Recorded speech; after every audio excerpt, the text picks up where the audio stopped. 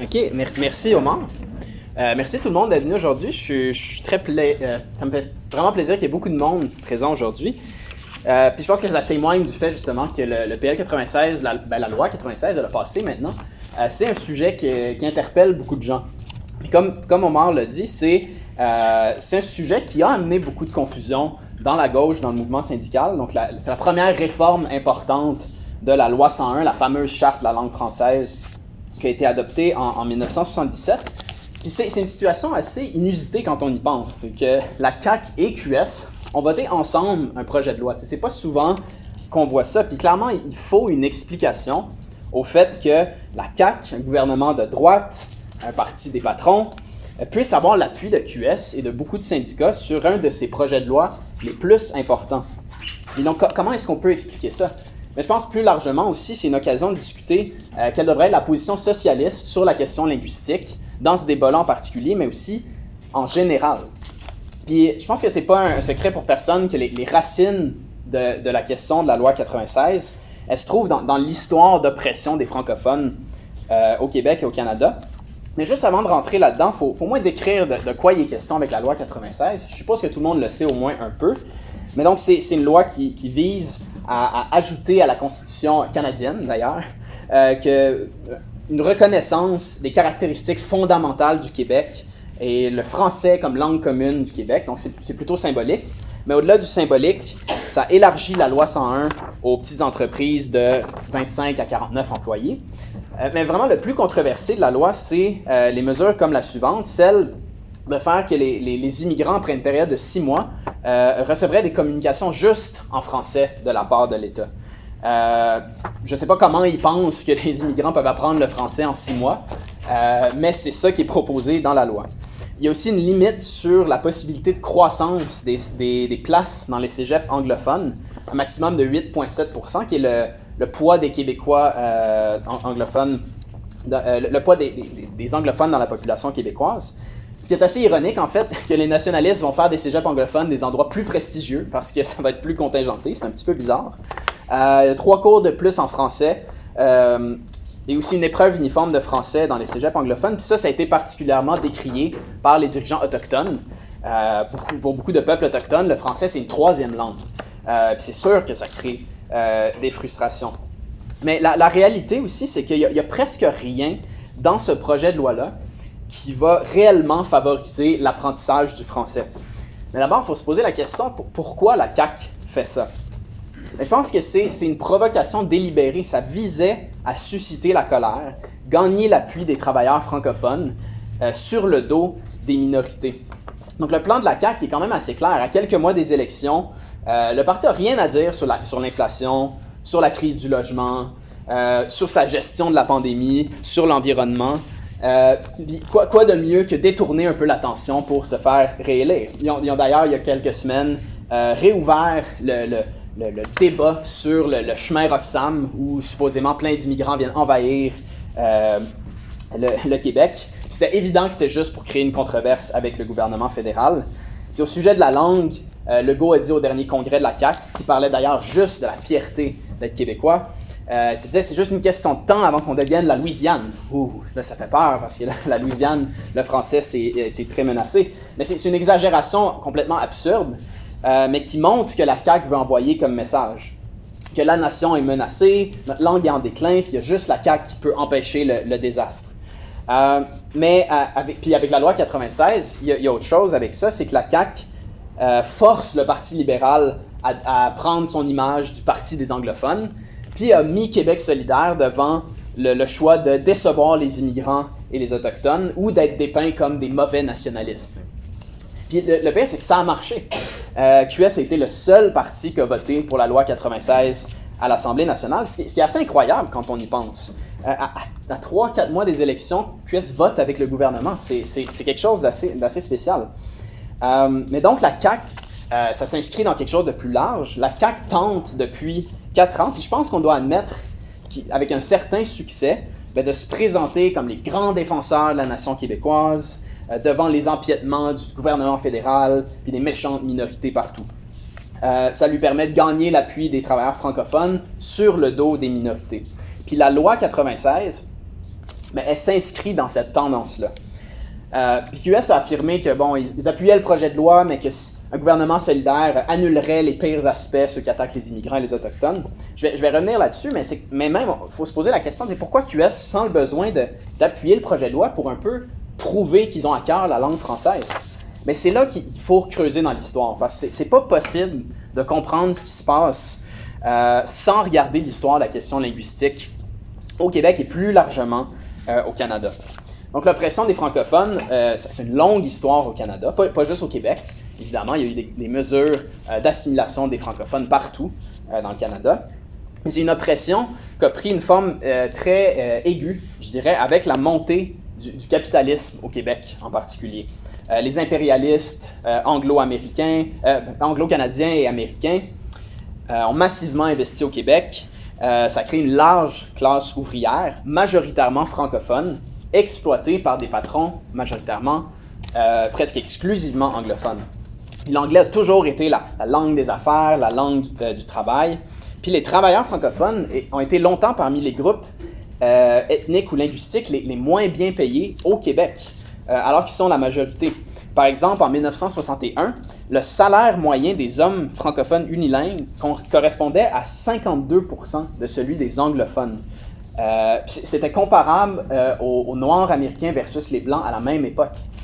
Puis en 1968, il y a un rapport qui avait fait beaucoup de bruit, qui avait montré justement des chiffres hallucinants sur l'oppression des francophones. Un unilingue anglophone au Québec, en 68, gagnait 5 500 $ par année. Un anglophone bilingue gagnait 4 700 et des poussières. Un francophone bilingue, 4 350. Puis un unilingue francophone, 3 000 $. Fait que c'était payant de ne pas parler français. Puis c'était sur les 14 groupes nationaux du Canada à l'époque. Les 3 groupes les plus pauvres, c'était évidemment les Autochtones, c'est une autre question, les Italiens et les Canadiens français. Puis les syndicats à l'époque, je ne sais pas si tout le monde sait ça, mais ils devaient négocier en anglais avec les boss. C'était le cas jusqu'en 1964. Les entreprises affichaient juste en anglais. Les bons emplois étaient bloqués aux francophones, aux unilingues francophones surtout. Et donc, on peut dire, avec des patrons anglophones, une classe ouvrière majoritairement francophone, la lutte de classe coïncidait jusqu'à un certain point avec la lutte nationale. Puis au cours des années 70 en particulier, il y a eu des grèves menées par des travailleurs francophones. Et souvent, parmi les demandes, il y avait de faire le français la langue du travail. Donc, cet historique d'oppression-là, il est très réel. Puis la haine de l'oppression linguistique, elle est très présente chez les Québécois francophones aujourd'hui. Tout le monde a des histoires de vos grands-parents, de nos parents, de comment c'était, surtout dans les années 60 et 70. C'est une haine de l'oppression qui a été transmise aux jeunes générations. C'est malgré qu'on vit dans une époque différente, tout le monde a ces histoires-là qui nous ont été léguées, si on veut. Et puis donc, dans les années 60, années 70, il y a eu des lois sur la question linguistique qui ont été proposées par l'Union nationale, l'ancien parti de Maurice Duplessis, le Parti libéral et finalement le Parti québécois. Puis on sait que c'est la loi 101 du PQ qui est restée, qui est encore en vigueur aujourd'hui. Je veux juste faire une petite parenthèse ici sur le rôle du PQ. C'est souvent pris pour acquis que le PQ, c'était comme le parti progressiste des années 70. C'était comme la suite logique de la Révolution tranquille. Mais c'est pas vraiment le sujet de la présentation, mais je vais me forcer de dire que c'était pas le cas. Il y avait un mouvement ouvrier extrêmement combatif qui parlait ouvertement de lutter pour une société socialiste. C'était ouvertement discuté dans les syndicats. Puis le PQ a coupé court à la radicalisation du mouvement ouvrier québécois, puis a réussi, si on veut, à coopter le mouvement ouvrier dans son projet souverainiste, avec des conséquences généralement néfastes pour la lutte des classes au Québec. Juste pour montrer une différence entre l'approche du Parti québécois sur la question de la langue et l'approche du mouvement ouvrier, je veux juste utiliser l'exemple de la grève de General Motors en 1970. C'était une grève partout en Amérique du Nord, mais au Québec, dans l'usine de Sainte-Thérèse, il y avait une revendication de plus qui était de faire du français la langue du travail. Puis ça faisait partie des revendications des grévistes.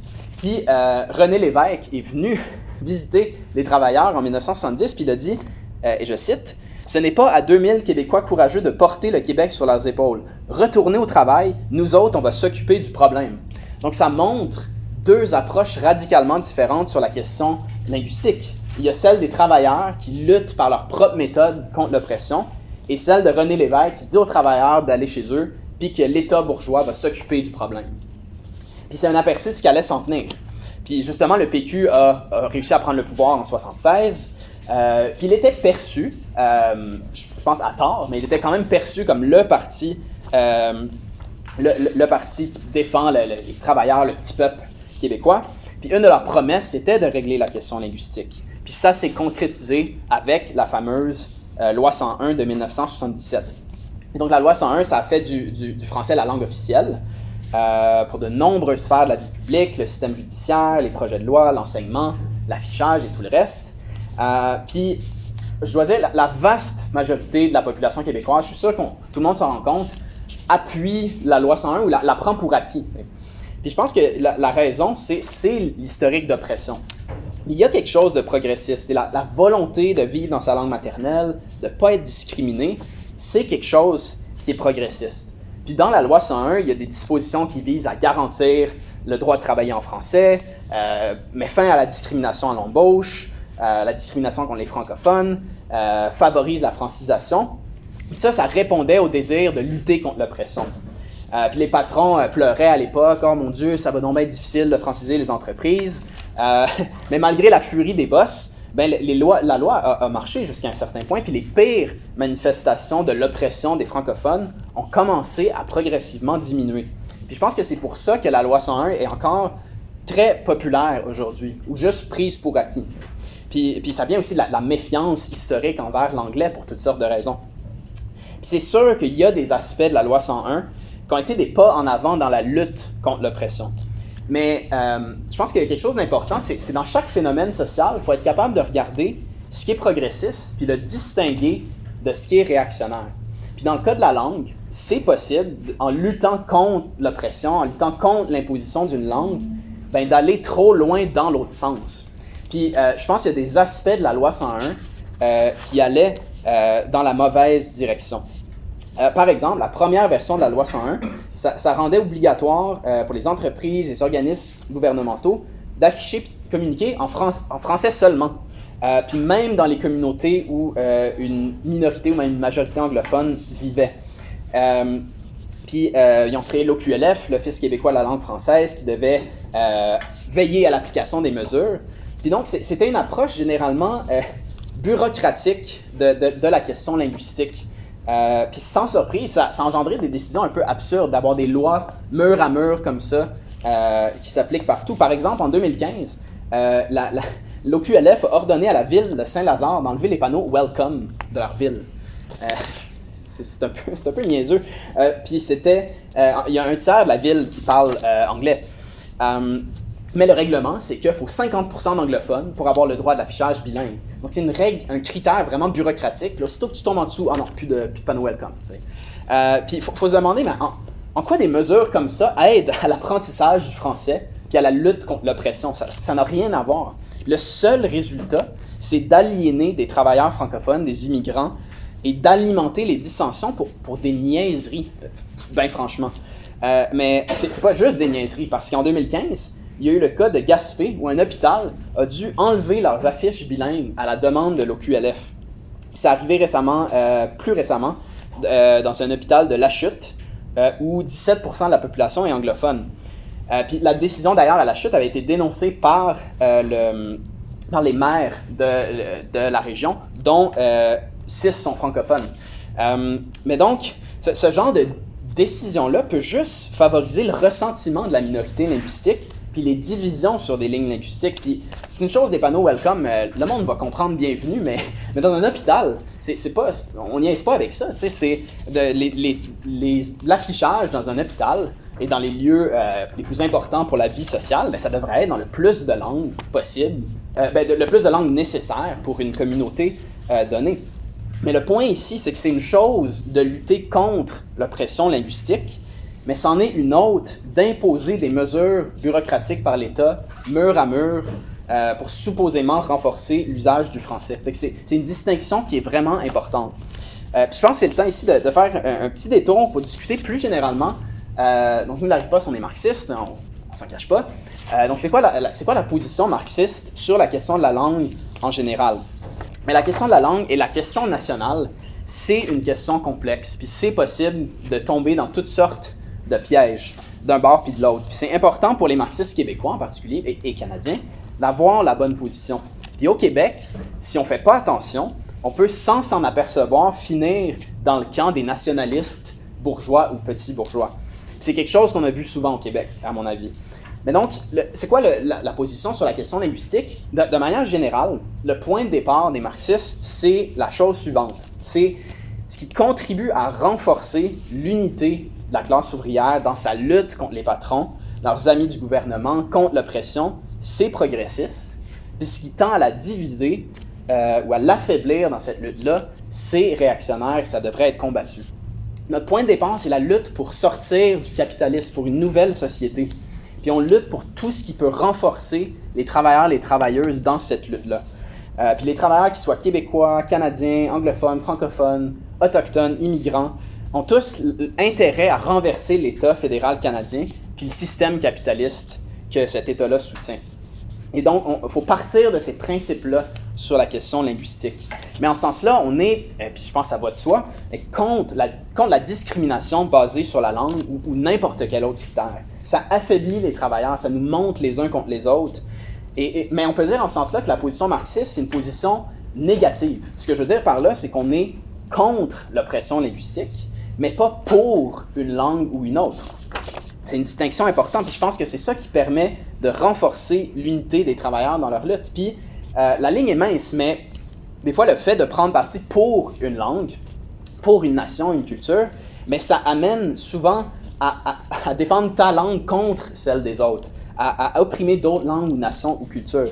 Puis je pense qu'on le voit avec la CAQ, avec leur manque de sensibilité crasse envers les peuples autochtones, pour le dire poliment. Je pourrais être plus méchant que ça. Mais donc, la position marxiste sur la question nationale, elle a été développée en particulier par Lénine. Lénine, qui est un marxiste russe, puis il vaut vraiment la peine d'être lu sur la question nationale. Puis c'est pas par hasard, Lénine est un marxiste russe. La Russie, au début du 20e siècle, c'était reconnu comme la prison des nations. Il y avait 43% de la population qui était russe, grand russe, et 57%, donc la majorité, qui était composée de différents groupes nationaux, linguistiques, ethniques, en tout genre. C'était absolument nécessaire pour les marxistes d'avoir la bonne position, de favoriser l'unité de tous ces travailleurs, ces paysans-là de nationalités différentes. Puis donc Lénine insistait sur la nécessité de défendre le droit à l'autodétermination des nations.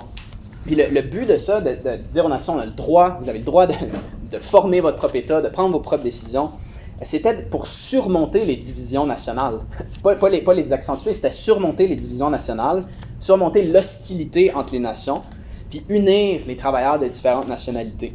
Je veux pas... il y a plein de citations que j'aurais pu choisir, mais il y en a une que je trouve qui est très... qui en dit beaucoup sur c'est quoi la position qu'on devrait avoir. Fait que si vous me permettez, c'est une citation de Lénine, il dit « La reconnaissance de l'égalité en droit des nations et des langues est chère aux marxistes, non seulement parce qu'ils sont les plus conséquents des démocrates, les intérêts de la solidarité prolétarienne, de l'unité fraternelle de la lutte des classes des ouvriers, exigent la plus complète égalité en droit des nations, afin d'éliminer la moindre méfiance, le moindre particularisme, la moindre suspicion, la moindre animosité d'ordre national. Et la pleine égalité des droits implique aussi la répudiation de tout privilège en faveur d'une langue quelconque. Elle implique la reconnaissance du droit à la libre disposition de toutes les nations. » Fait que je pense que c'est une citation qui est très claire. Il faut surmonter les divisions nationales, l'hostilité des travailleurs de différentes nations. La partie sur la langue spécifiquement est intéressante. Ça dit « répudiation de tout privilège en faveur d'une langue ». Mais en ce sens-là, Lénine était contre l'imposition d'une langue officielle obligatoire en Russie. Parce qu'il disait la chose suivante, petite citation cette fois, il dit « Il y a une chose dont nous ne voulons pas, la contrainte. Car vous avez beau aligner de belles phrases sur la culture, instaurer une langue officielle obligatoire, c'est l'enfoncer dans la tête par la contrainte. » Donc Lénine comprenait que forcer un groupe linguistique à adopter la langue officielle, dans son cas c'était le russe, ça créerait du ressentiment puis de la division. Ça ne permettrait pas de combattre l'oppression réelle des minorités linguistiques. Lénine citait souvent un exemple vraiment intéressant qui est la Suisse. Il parlait de la Suisse, il y a 3 langues officielles. Donc il y avait 3 langues en Russie qui étaient parlées. si je ne me trompe pas, l'allemand, l'italien et le français. Mais il y avait aussi 2 dialectes parlés par 1% de la population. Puis ils avaient le droit de parler leur langage au Parlement. Les documents gouvernementaux étaient traduits dans ce dialecte-là, parlé par 1%. Il n'y en avait pas de problème. Puis donc, ça favorisait l'unité de la population au-delà des divisions linguistiques. Ils croyaient que c'était un exemple à suivre.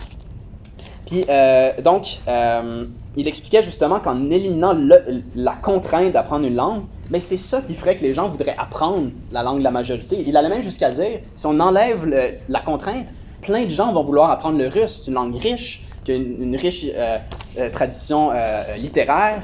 Il y a plein d'auteurs russes, quoi qu'en pensent ceux qui veulent bannir les livres russes à cause de ce qui se passe en Ukraine. Bon, c'est un autre sujet. Mais ce que Lénine disait, c'est en enlevant la contrainte, ça va favoriser la fusion des nations, l'apprentissage des langues et tout le reste. Il y en aurait long à dire, mais je vais m'arrêter là-dessus. Mais j'espère maintenant que c'est un petit peu plus clair pourquoi j'ai critiqué certains aspects de la loi 101 et aussi de la loi 96. Donc, des mesures pour combattre la discrimination à l'embauche, c'est une chose.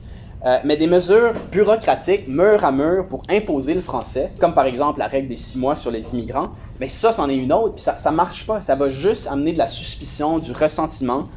Puis je dirais en fait que c'est ça que la CAQ veut, au final. Mais oui, donc le français a été une langue opprimée, il ne faut pas l'oublier, pendant toute l'histoire du Canada. Il y a une méfiance compréhensible chez beaucoup de francophones.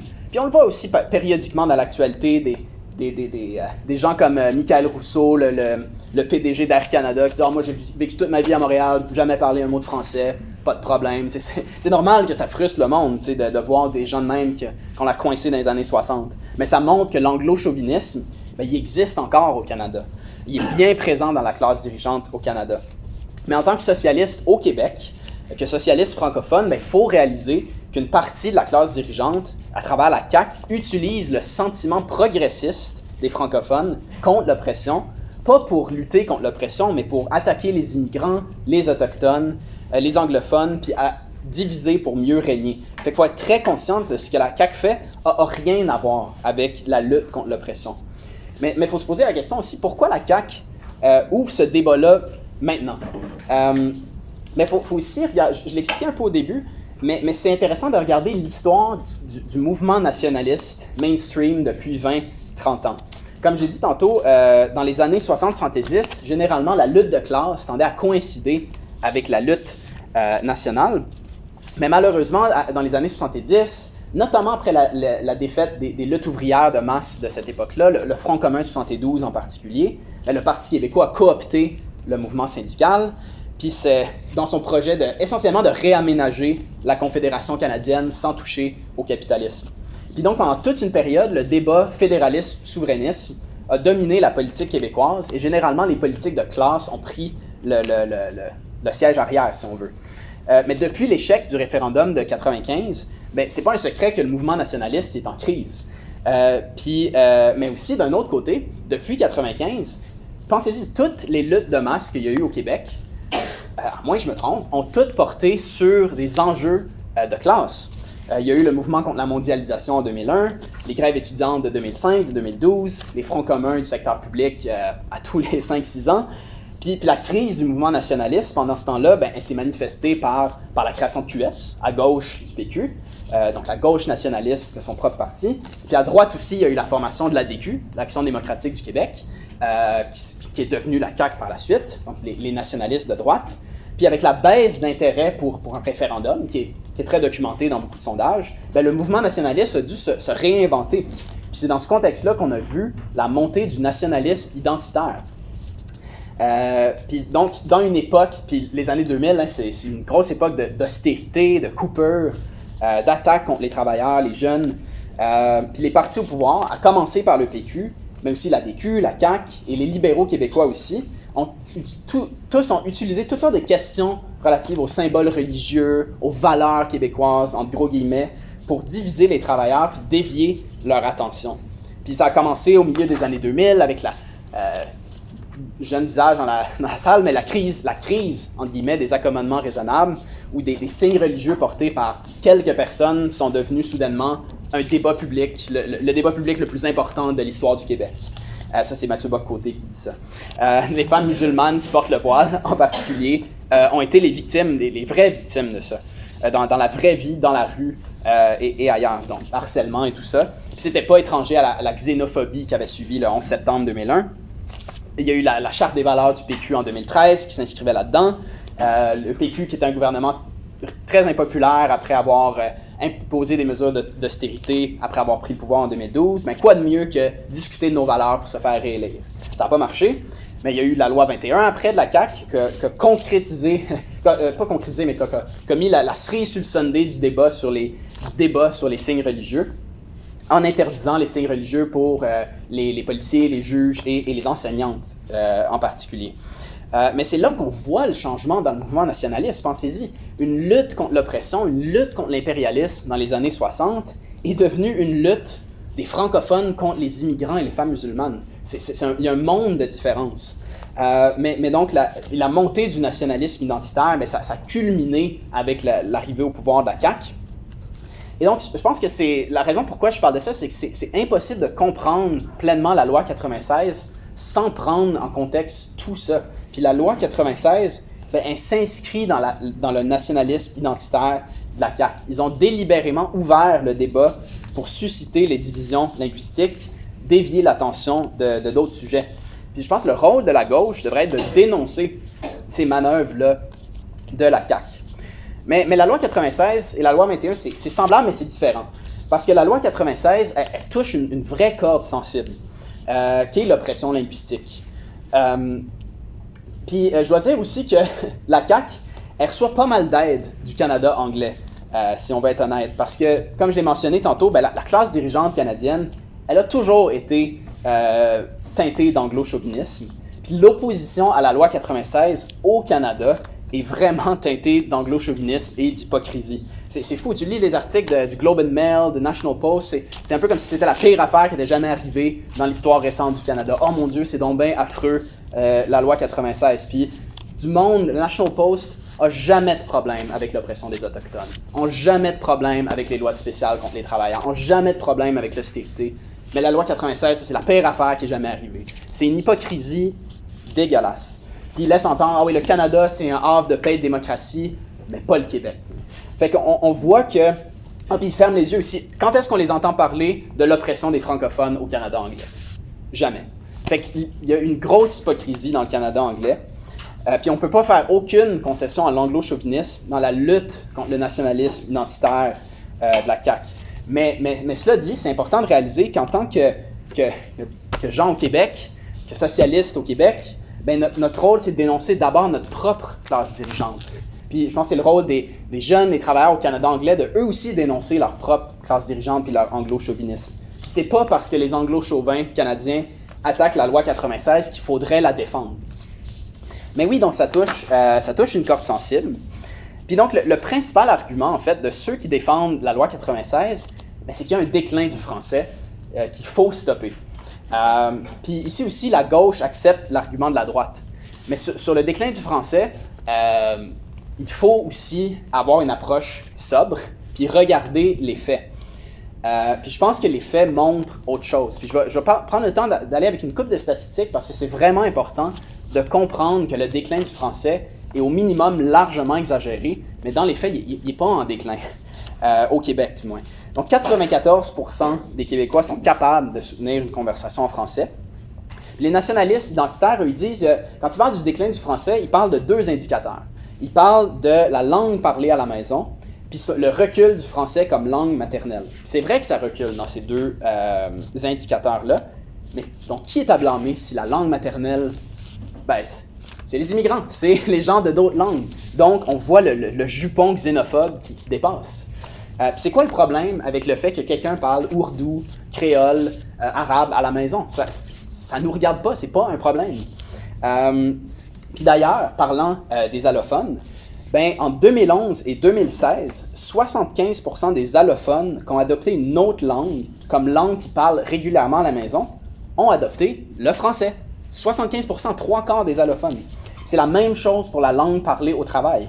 Puis d'ailleurs, il y a 14% d'allophones au Québec, puis parmi eux, 48% utilisent le français de manière prédominante au travail. Puis Puis c'est une augmentation par rapport à 2006. Puis donc ça montre qu'il n'y a pas le problème incroyable dont Mathieu Bock-Côté nous parle.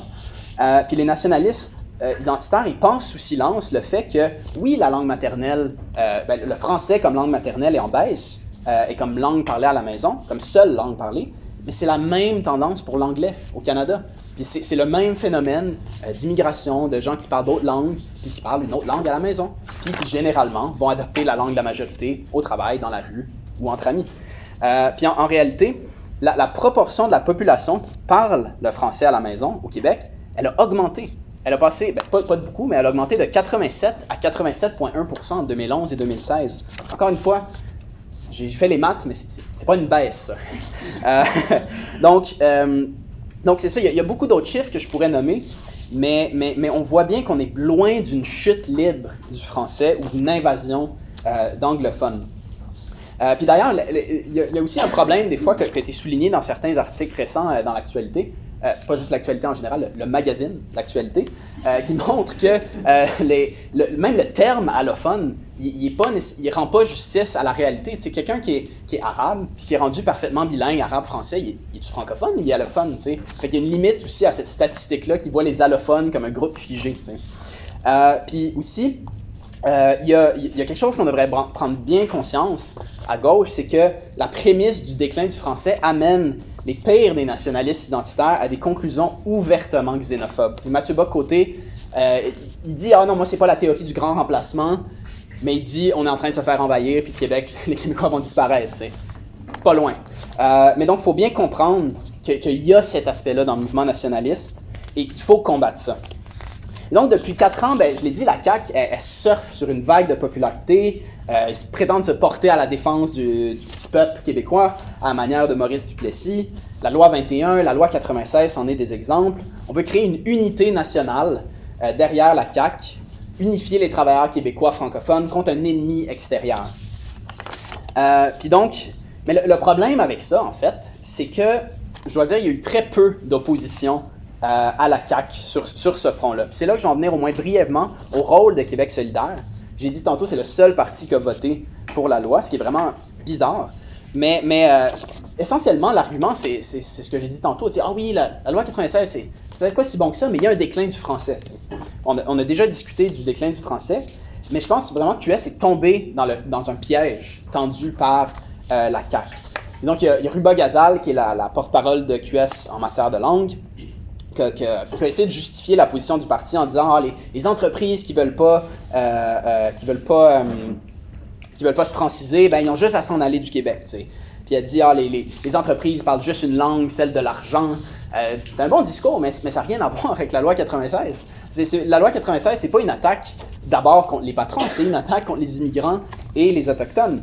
Puis, tu sais, Ruba Gazal a dit, ah oui, elle a cité Michel Chartrand, le célèbre dirigeant syndical qui disait, les nationaleux, eux, ils veulent défendre la langue et laisser crever ceux qui la parlent. Il parlait des nationalistes bourgeois de son époque.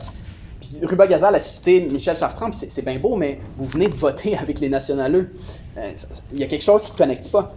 Puis bon, QS se dit, on va enlever les deux pires aspects de la loi, la mesure sur les immigrants, on va avoir un dialogue avec les Autochtones pour les intégrer et protéger leur langue, mais ça ne justifie pas de voter en faveur de mesures qui les oppriment tout de suite. Ça va prendre combien de temps avant que QS prenne le pouvoir, puis reviennent en arrière sur ce qu'ils ont voté eux-mêmes.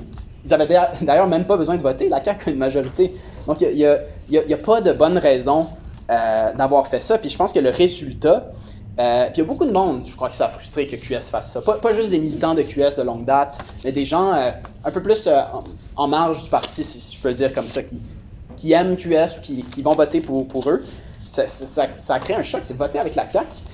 Puis je pense que c'est une tendance qu'on voit dans QS, il y a comme une pression de Mathieu Bock-Côté, de l'establishment nationaliste, qui veulent que QS prouve leur nationalisme. Et puis, ils font beaucoup de concessions sur cette question-là. Pendant longtemps, QS a défendu une position de compromis sur la question des signes religieux, par exemple, d'interdire les signes religieux juste pour les policiers, puis les juges, les gardiens de prison, tu sais, faire un compromis avec un débat qui n'avait rien à voir avec la laïcité. Bon, c'est un autre sujet. Mais le résultat, c'est de légitimer le discours de la CAQ. C'est ça le résultat de l'approche de Québec solidaire là-dessus. C'est essentiellement donner une couverture de gauche au nationalisme identitaire de la CAQ. Ça donne l'impression, on est d'accord en général, on va juste amener quelques amendements. Puis je pense que c'est quelque chose, d'ailleurs, Gabriel Nadeau-Dubois, un des porte-parole de QS, il dit, au sujet de la loi 96, il dit, on peut toujours compter sur Québec solidaire pour être la voie de la nuance et de l'équilibre. Puis là, je pense qu'on reconnaît quelque chose ici, c'est la tendance à modérer le discours, à avoir l'air au centre, essayer de plaire à tout le monde, au lieu de prendre une position anti-establishment claire. Puis ça aussi, c'est une tendance qu'on voit beaucoup à QS. Puis c'est la mauvaise voie pour le parti, je pense. Mais à son crédit, GND, il n'y a pas longtemps, a dit que, François Legault veut nous parler d'immigration. Moi, ce que je veux parler, c'est l'inflation, la crise du logement. Ça c'est le genre de truc qu'il nous faut. Mais il faut être constant sur cette position-là, à rejeter les débats xénophobes de la CAQ. Donc, vous comprendrez, j'imagine, après que j'ai parlé un bon bout, que la riposte socialiste, on s'oppose à la loi 96. Puis je pense qu'il n'y aura jamais de solution à la question nationale et linguistique si on accepte les cadres du débat de la CAQ et des nationalistes identitaires. Puis en ce moment, c'est la CAQ, c'est Joseph Facal, Mathieu Bock-Côté, Richard Martineau, c'est eux qui dictent le débat. Mais ça pose la question, comment est-ce qu'on peut combattre le nationalisme identitaire? Comment est-ce qu'on peut exposer la CAQ et son approche sur la question linguistique? Puis c'est quoi, ultimement, la solution socialiste à l'oppression linguistique sous toutes ses formes, qui existe pour vrai? Moi, je pense que la gauche, elle a besoin d'une nouvelle approche. Puis ce qui manque au débat, c'est une position de classe claire. Les marxistes, on propose de lutter contre l'oppression linguistique, mais pas pour une langue ou une autre. Puis je vais le dire encore, les mesures mur à mur bureaucratiques vont juste en fait convaincre les deux principaux groupes linguistiques de se camper sur leur position défensive. Les francophones qui se sentent menacés, les anglophones qui se sentent menacés, eux autres aussi. Il n'y a rien de positif là-dedans. Le résultat, c'est de diviser les travailleurs et travailleuses. Puis d'ailleurs, ça ne fait rien pour favoriser l'apprentissage du français lui-même et lutter contre l'oppression. Donc on est contre l'imposition d'une langue et contre toute discrimination basée sur la langue. Ce qui signifie aussi qu'on ne pense pas qu'il y a une nécessité pour une langue officielle imposée par l'État, que ce soit au Québec ou au Canada. La solution, ce n'est pas d'imposer sa langue de manière bureaucratique aux autres. Mais est-ce que ça veut dire qu'au Québec, les gens ne devraient pas apprendre le français? Ben non, ça ne veut pas dire ça. Bien sûr que le monde devrait apprendre le français. Puis parler à n'importe quel anglophone, ils vont vous le dire qu'ils voudraient apprendre le français s'il y avait le temps. Mais donc, c'est la langue au Québec, on sait, c'est la principale langue qui est nécessaire pour participer à la vie sociale. Puis ça contribue à l'unité des travailleurs si on peut se comprendre entre nous. Donc, bien sûr que les gens devraient apprendre le français. Puis ça devrait être encouragé par des mesures concrètes. Mais le forcer par des mesures coercitives, ça ne marche pas. Donc, il ne devrait pas non plus avoir de mesures bureaucratiques qui encadrent et limitent l'enseignement de l'anglais. Avec la loi 96, il a été annoncé, je ne sais pas si vous l'avez vu passer, que le collège Dawson, l'agrandissement du collège, allait être annulé. J'aimerais ça que quelqu'un m'explique en quoi ça va aider l'apprentissage du français. Ça ne va rien faire pour ça. Puis d'ailleurs, la CAQ nous présente ça comme si c'est soit les écoles francophones ou les écoles anglophones. Puis tout le monde sait que les écoles francophones, et des communautés autochtones d'ailleurs, elles sont complètement délabrées, pleines de moisies partout, sous-financées depuis des années. Est-ce qu'on peut vraiment compter sur la CAQ pour prendre le 100 millions de Dawson puis le mettre dans les écoles francophones? Ça n'arrivera pas. C'est un parti des patrons qui compte ses scènes et qui ne va pas financer l'éducation, que ce soit en français ou en anglais. Mais plutôt qu'avoir l'approche de limiter l'enseignement dans telle ou telle langue, il y a plein de ressources qui existent pour massivement améliorer le système d'éducation puis le rendre accessible dans toutes les langues nécessaires pour une communauté donnée. Puis c'est vraiment hypocrite quand les nationalistes se plaignent du déclin du français ou de ce qu'ils pensent être un déclin, alors qu'ils ne sont même pas prêts à mettre l'argent là-dedans. Savez-vous que les cours de français pour les immigrants, si tu le fais à temps plein, combien tu reçois par semaine? 200$. C'est rien, 200$ au prix de les... C'est même pas une épicerie. c'est pas assez pour vivre, d'apprendre le français à temps plein pour 200$ par semaine. Ça fait pas de sens. Et puis d'ailleurs, je sais pas si tout le monde sait ça, mais au début des années 2000, Lucien Bouchard, Parti québécois, référendum 95, a coupé dans les centres, comment ça s'appelle, les centres d'orientation et de formation des immigrants pour apprendre le français. Donc un grand nationaliste comme Lucien Bouchard a passé la tranche dans les services aux immigrants. C'est ça que Michel Chartrand il voulait dire quand il parlait des nationaleux il parlait de la différence entre le nationalisme et la véritable libération nationale, puis qui critiquait les nationaleux qui défendent la langue et laissent crever ceux qui la parlent. C'est de ça qu'il parlait. Donc, je pense que notre position devrait être de mettre le fardeau de l'apprentissage du français et d'autres langues, s'il le faut, sur les patrons. Donc, s'il faut apprendre le français pour une job, pas de problème, mais les cours de francisation devraient être payés par les patrons sur les heures de travail. Là, on tient quelque chose. Là, on a des mesures qui favorisent l'apprentissage du français. Puis je vous garantis que les boss ne vont pas être contents de ça. Puis c'est ça le point, c'est que le capitalisme n'est pas capable de donner ça. Donc, il faut mettre fin, évidemment, à toute discrimination à l'embauche. Puis si une langue est importante pour une job, que ce soit le français ou autre, une langue autochtone, l'anglais, peu importe, ça devrait aussi être payé sur les heures de travail par les patrons. Donc ça, c'est une approche qui permet de favoriser l'unité des travailleurs, puis aussi d'exposer les capitalistes puis leurs députés qui ne voudront pas implanter des mesures comme ça. Puis ironiquement, c'est une approche qui, selon moi, favoriserait encore plus l'apprentissage du français que les mesures bureaucratiques de la CAQ. Puis donc, on peut voir avec la CAQ comment l'oppression linguistique est réelle et utilisée de manière cynique pour ses propres fins politiques. Puis je pense qu'il y a juste un programme de classe qui peut couper court à cette tentative-là de la CAQ de rallier la nation derrière elle. C'est juste un programme comme ça qui peut mettre fin aux divisions linguistiques. Parce qu'il n'y a pas un Québec, on n'est pas une nation. Il y a deux Québec. Il y a le Québec de Pierre-Carl Péladeau, de Mathieu Bock-Côté, de Paul Desmarais, puis il y a le Québec de Michel Chartrand, de la classe ouvrière, des Autochtones, des opprimés. Il y a deux Québec. À la RIPA socialiste, on s'en cache pas, c'est dans notre nom, on est socialiste. Puis moi, je pense fermement que c'est dans une société socialiste que les divisions linguistiques et l'oppression vont finir par s'estomper. C'est quoi le capitalisme? Le capitalisme, c'est l'austérité, c'est des ressources limitées pour toutes les écoles, c'est des attaques contre les immigrants et c'est des attaques contre les travailleurs en général. Le socialisme, c'est les travailleurs, c'est les travailleuses qui prennent le contrôle de la société, de l'économie, plutôt que toutes nos ressources soient cachées dans les comptes en banque des riches. Puis on pourrait avec ça massivement investir dans le système d'éducation, fournir la gratuité scolaire, l'éducation dans toutes les langues nécessaires pour n'importe quelle communauté. Les communautés locales pourraient décider démocratiquement quelles langues plurielles sont nécessaires pour les enfants, plutôt que la décision appartienne à l'OQLF ou à des bureaucrates de l'État.